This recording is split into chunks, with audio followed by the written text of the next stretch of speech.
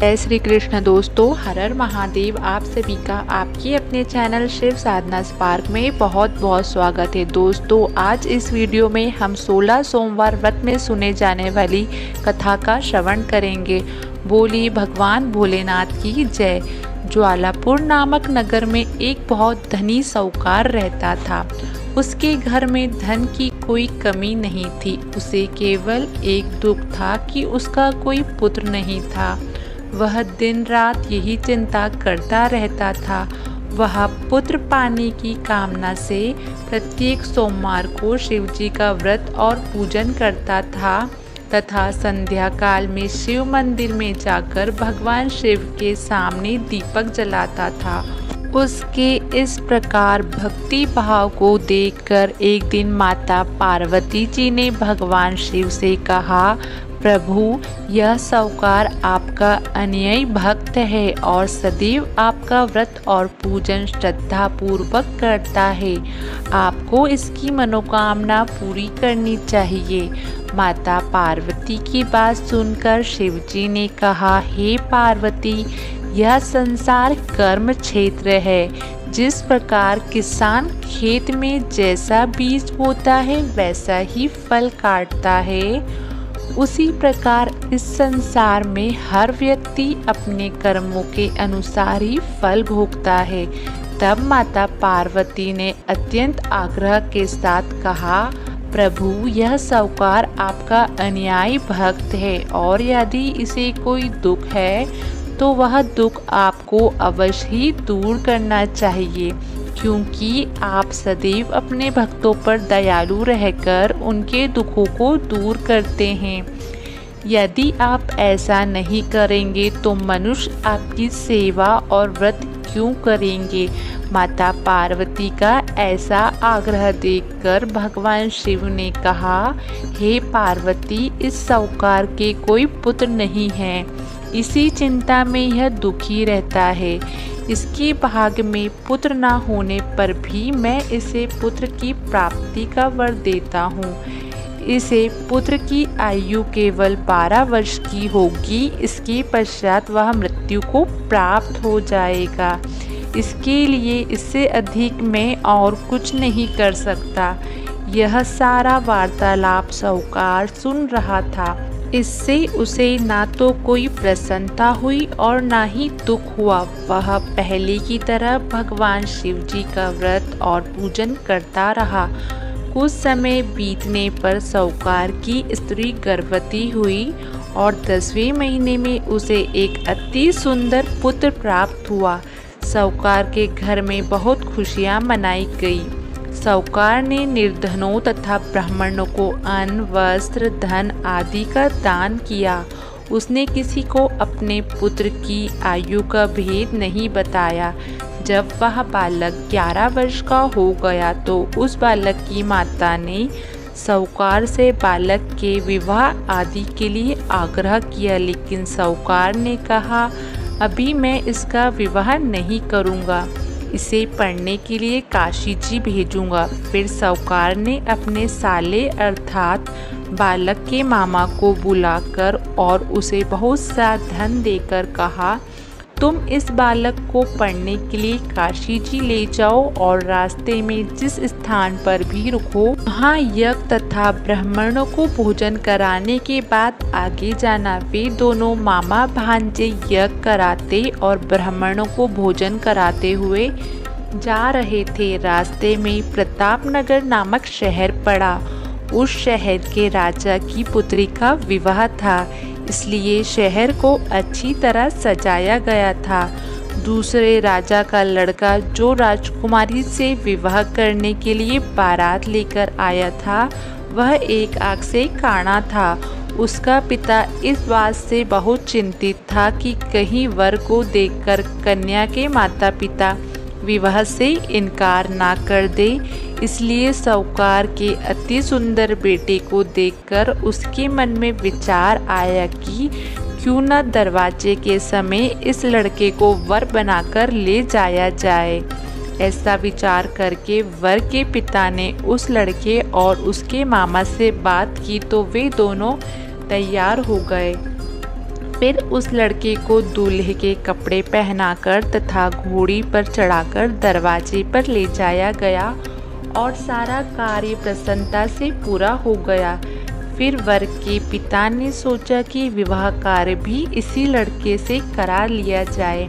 ऐसा सोचकर उसने लड़के और उसके मामा से कहा, यदि आप फेरों और कन्यादान के काम को भी पूरा कर दो तो आपकी बड़ी कृपा होगी। उन्होंने स्वीकार कर लिया और विवाह कार्य भी अच्छी तरह संपन्न हो गया। परंतु जाते समय लड़के ने राजकुमारी की चुनरी के पल्ले पर लिख दिया, तुम्हारा विवाह तो मेरे साथ हुआ है, लेकिन जिस राजकुमार के साथ तुम्हें भेजा जाएगा वह एक आँख से काना है। मैं काशी जी पढ़ने जा रहा हूँ। लड़के के जाने के बाद उस राजकुमारी ने जब अपनी चुंदरी पर ऐसा लिखा हुआ पाया तो उसने राजकुमार के साथ जाने से मना कर दिया और कहा कि यह मेरा पति नहीं है, मेरा विवाह इसके साथ नहीं हुआ है, मेरा पति तो काशी जी पढ़ने गया है। राजकुमारी के माता पिता ने अपनी पुत्री को विदा नहीं किया और बारात खाली हाथ लौट गई। उधर साहूकार का लड़का और उसका मामा काशी जी पहुँच गए। वहाँ जाकर उन्होंने यज्ञ करना और लड़के को पढ़ाना प्रारंभ कर दिया। जब लड़की की आयु 12 वर्ष की हो गई तो उसकी मृत्यु का दिन समीप आ गया। लड़के के मामा को इस बारे में कुछ नहीं पता था। उस दिन उन्होंने यज्ञ का आयोजन किया हुआ था कि लड़के ने अपने मामा से कहा, मामा जी आज मेरी तबीयत कुछ ठीक नहीं है। मामा ने कहा, अंदर जाकर लेट जाओ। लड़का अंदर जाकर लेट गया और थोड़ी ही देर में उसके प्राण निकल गए। यज्ञ के बीच में जब उसका मामा ने आकर देखा वह मृत अवस्था में पड़ा है तो उसे बहुत दुख हुआ। उसने यज्ञ का कार्य अधूरा रह जाने के डर से किसी से कुछ नहीं कहा और संयम रखा। फिर यज्ञ का कार्य समाप्त कर ब्राह्मण चले जाने के बाद उसने रोना पीटना आरंभ कर दिया। संयोग से उसी समय शिव पार्वती जी उधर से जा रहे थे। जब उन्होंने जोर जोर से रोने की आवाज़ सुनी तो माता पार्वती ने भगवान शंकर से कहा, प्रभु कोई दुखिया रो रहा है, उसके कष्ट को दूर कीजिए। जब शिव पार्वती ने उसके समीप जाकर देखा तो वह एक लड़का मृत पड़ा था। पार्वती जी बोली, यह तो ज्वालापुर के साहूकार का लड़का है जो आपके वरदान से उत्पन्न हुआ था। शिव जी बोले, हे पार्वती, इसकी आयु इतनी ही थी, आयु पूरी हो जाने के कारण यह मर गया। तब माता पार्वती ने कहा, हे प्रभु आप इस आयु बढ़ाइए, नहीं तो इसके माता पिता तड़प तड़प के मर जाएंगे। माता पार्वती के बार बार आग्रह करने पर भगवान शिव ने उसको जीवित कर दिया और शिव जी की कृपा से लड़का ओम नमः शिवाय कहता हुआ उड़ गया। भगवान शिव और माता पार्वती कैलाश पर्वत को चले गए। तब वह लड़का और उसका मामा उसी प्रकार यज्ञ करते हुए तथा ब्राह्मणों को भोजन कराते हुए अपने घर की ओर चल दिए।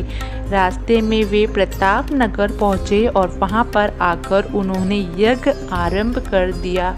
जब वहाँ राजा उधर से गुजर रहा था तो उसने उस लड़के को तुरंत पहचान लिया। अपने महल में ले जाकर उन दोनों को बहुत आदर सत्कार किया। साथ ही बहुत सा धन, आभूषण और वस्त्र देकर उन्हें राजकुमारी के साथ विदा किया। जब वे अपने शहर के निकट पहुँचे तो मामा ने कहा कि मैं पहले तुम्हारे घर जाकर सूचना दे आता हूँ। जब उस लड़के का मामा घर पहुँचा तो साहूकार और उसकी पत्नी घर की छत पर बैठे थे और उन्होंने यह प्रण कर रखा था कि यदि हमारा पुत्र सकुशल लौट आया तो हम नीचे आ जाएंगे, नहीं तो छत से कूदकर अपने प्राण त्याग देंगे। इतने में उस लड़के के मामा ने आकर बताया कि आपका पुत्र सकुशल वापस आ गया है, तो उनको विश्वास नहीं हुआ। तब मामा ने शपथ पूर्वक कहा कि आपका पुत्र अपनी स्त्री के साथ आया है। तो सेठ ने अपनी पत्नी और सगे संबंधियों के साथ नगर द्वार तक गया और आनंद के साथ स्वागत कर उसे अपने घर ले आया। वे बड़ी प्रसन्नता से रहने लगे। इस प्रकार जो व्यक्ति सोमवार का व्रत करके भगवान शंकर तथा माता पार्वती का पूजन करता है अथवा इस कथा को पढ़ता और सुनता है, उसके सारे दुख दूर होते हैं और उसकी समस्त मनोकामनाएं पूरी होती है। बोलिए भगवान भोलेनाथ की जय। हर हर महादेव। दोस्तों, आपको वीडियो अच्छी लगी तो वीडियो को लाइक ज़रूर करें, चैनल को सब्सक्राइब और शेयर करना और बेल आइकन को प्रेस करना ना भूलें।